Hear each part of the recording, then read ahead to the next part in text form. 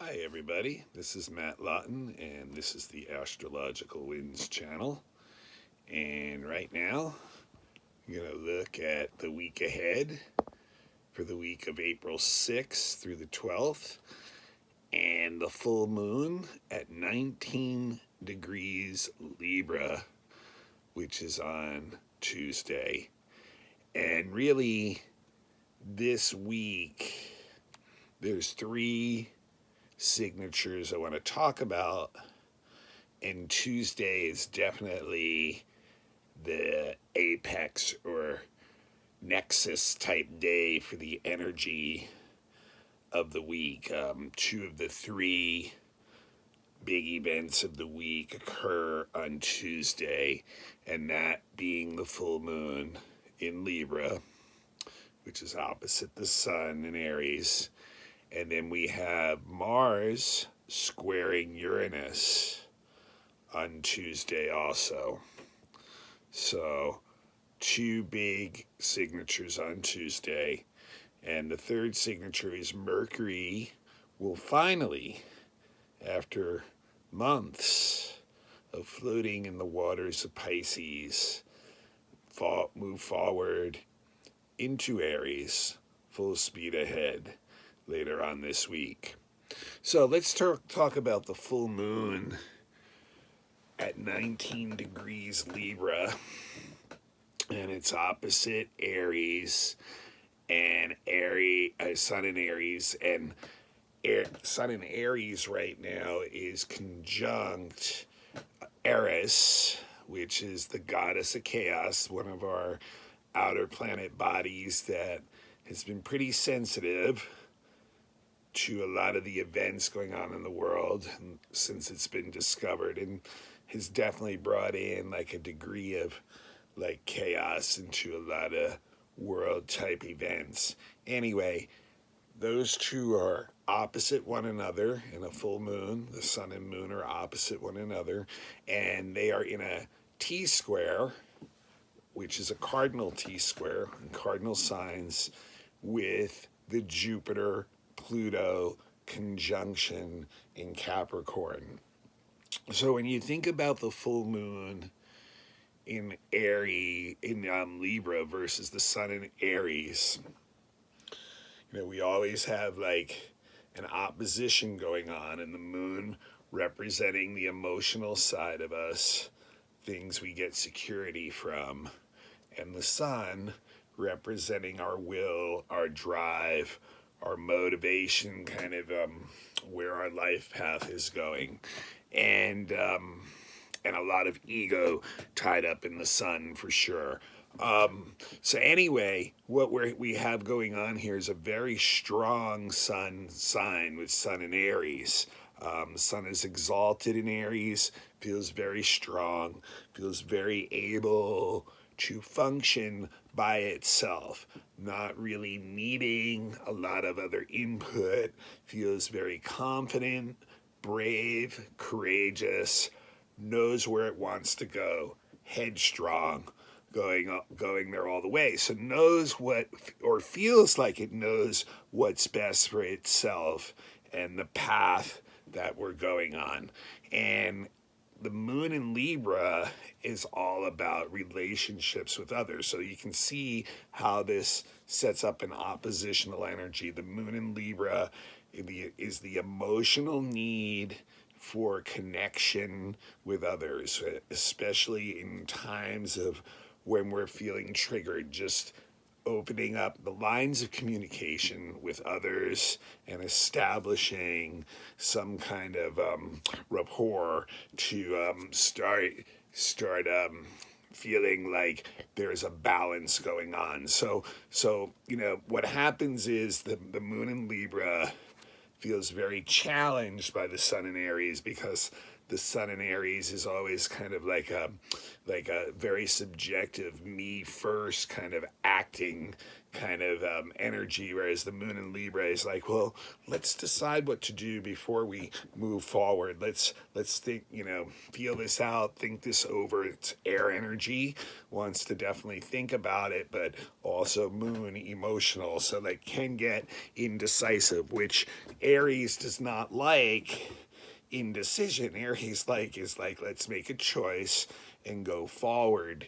And so here, there's a lot of like that energy of like wanting to push forward, wanting to know what is best. And that is also kind of a lot of the energy of the Jupiter Pluto conjunction, which I talked about last week.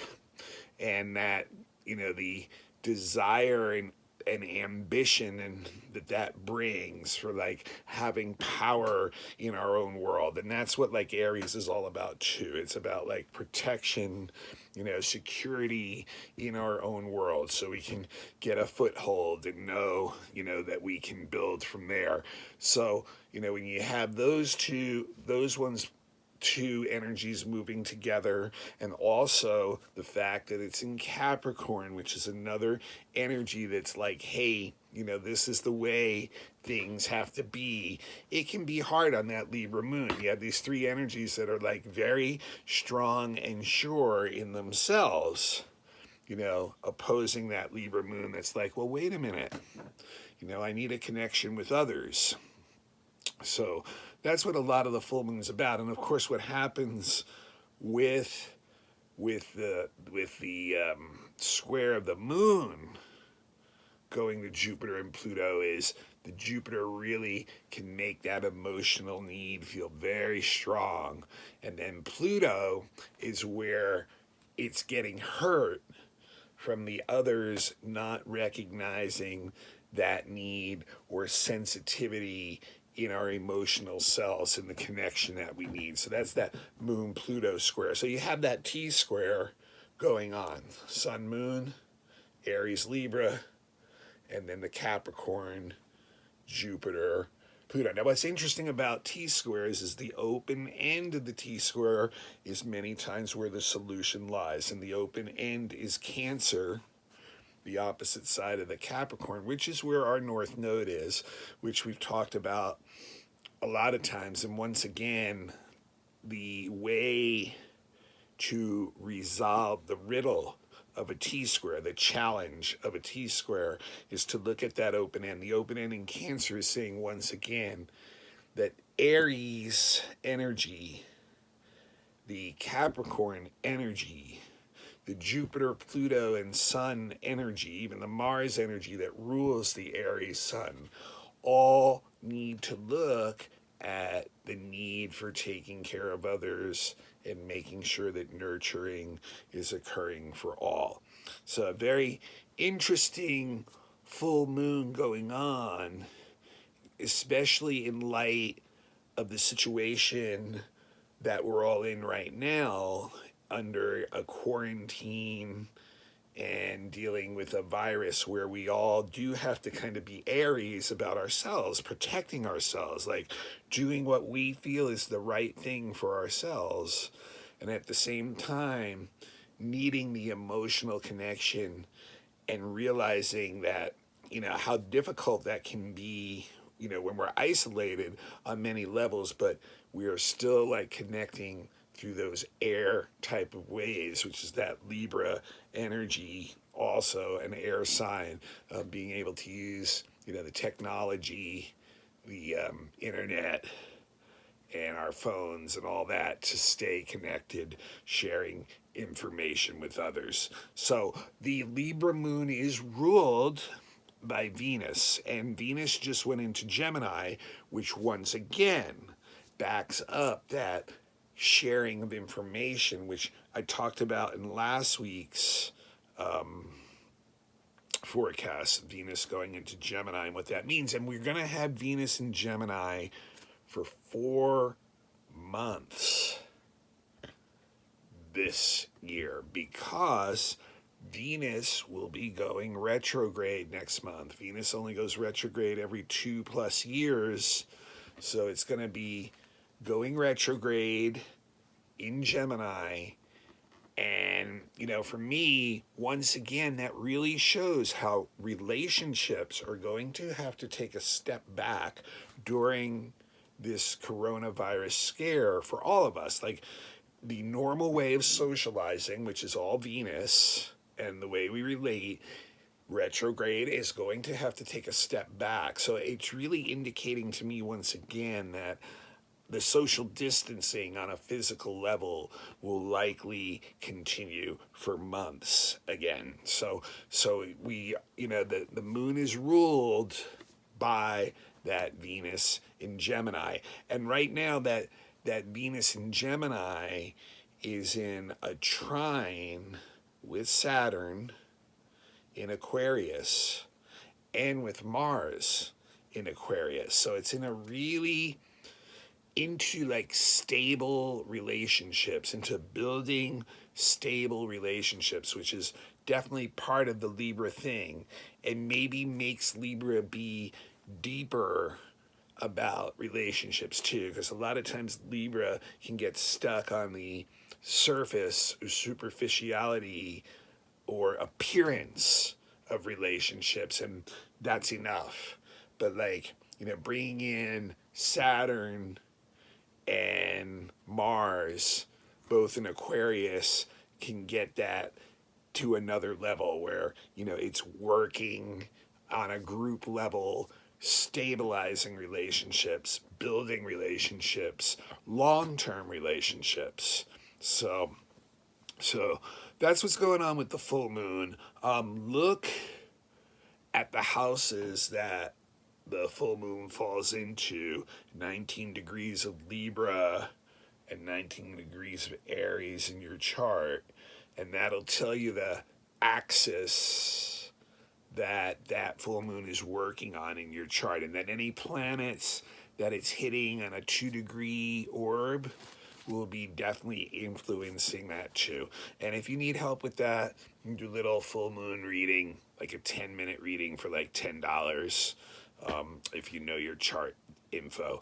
Okay, and then the second thing on Tuesday, and this is really interesting because the full moon there's strong gravity when there's a full moon. The tides are very high at that time of the year, so the gravitational pull of the moon on the earth is very strong. And one of the things that astrologers have noticed over the years is like earthquakes in particular, but other big natural events, disaster type events, many times can be triggered or seem to occur around the full moon. So there's always that, and there has been several earthquakes in the last few days that have been significant ones.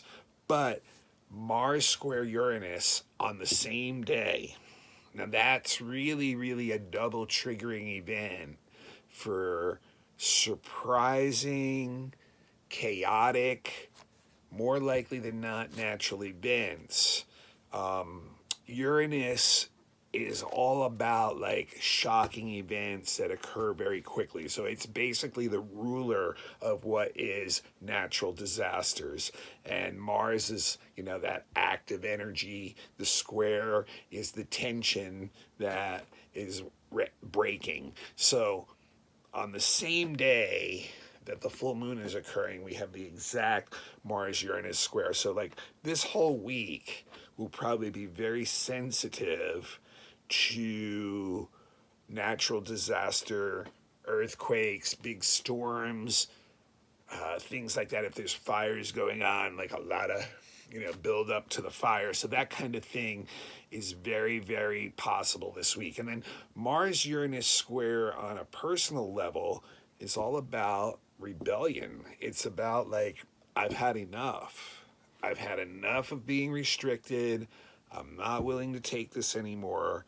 And many times that rebellious energy is pointed towards authorities, which, on a world stage, you know, probably people getting more and more upset with the way things are being handled politically could get some open rebellion about that. And then on a personal level, a lot of times that comes through as like quick outbursts of anger at people who are actually close to us that we rebel against, who we feel somehow are restricting us in some way.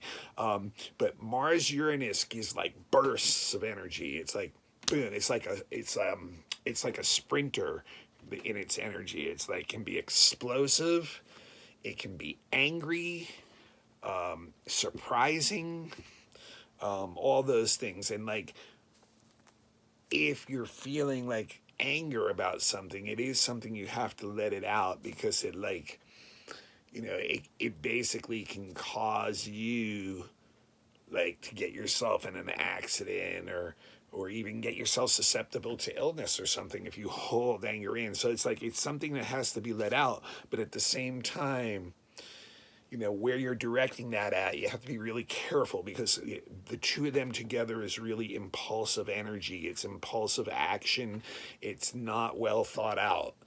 And it's stuff that you can regret later, or not even that much later either. It can be pretty quick to regret. So it's like quick to anger, but quick to also be like, oh, whoops. So like, yeah, so that's on a personal level, we can be feeling really, really rebellious about like anyone or anything that's restricting us during that. Now, the last thing that I wanted to talk about was Mercury is joining the fun in Aries.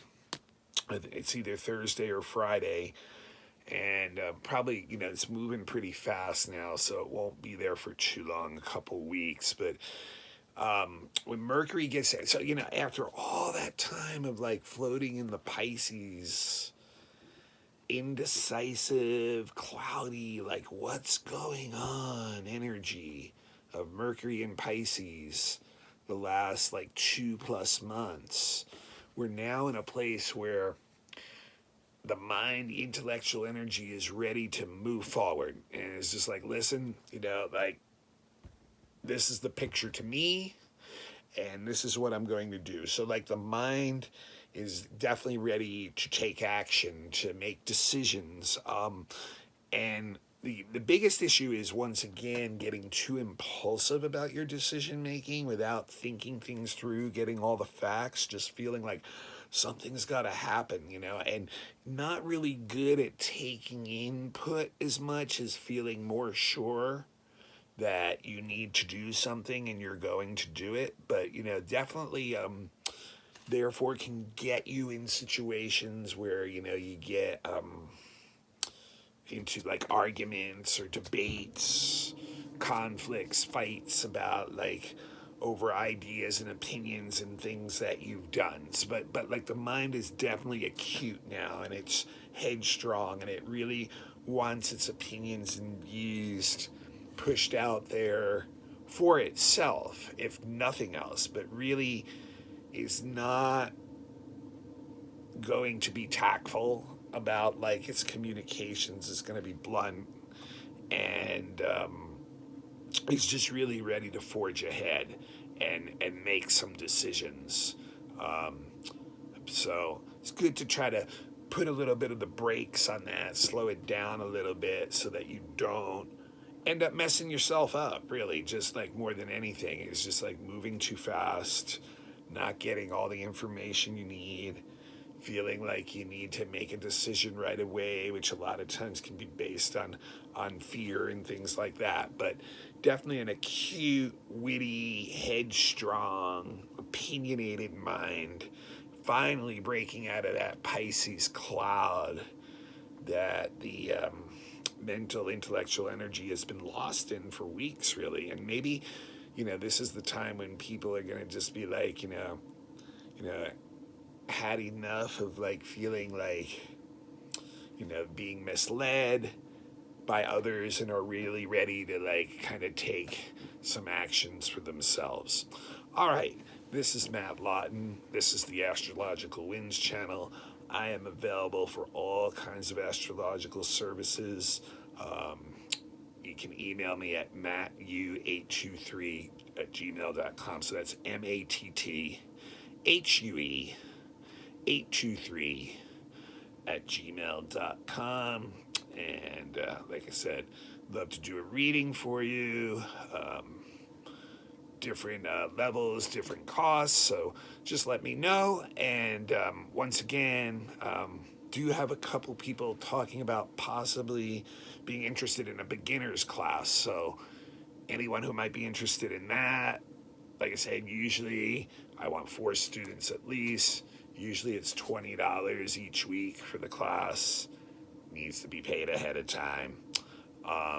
But if there's other people interested in that, reach out to me and let me know, because I can, start to put something together for that. And otherwise, stay well, do the things you're supposed to do.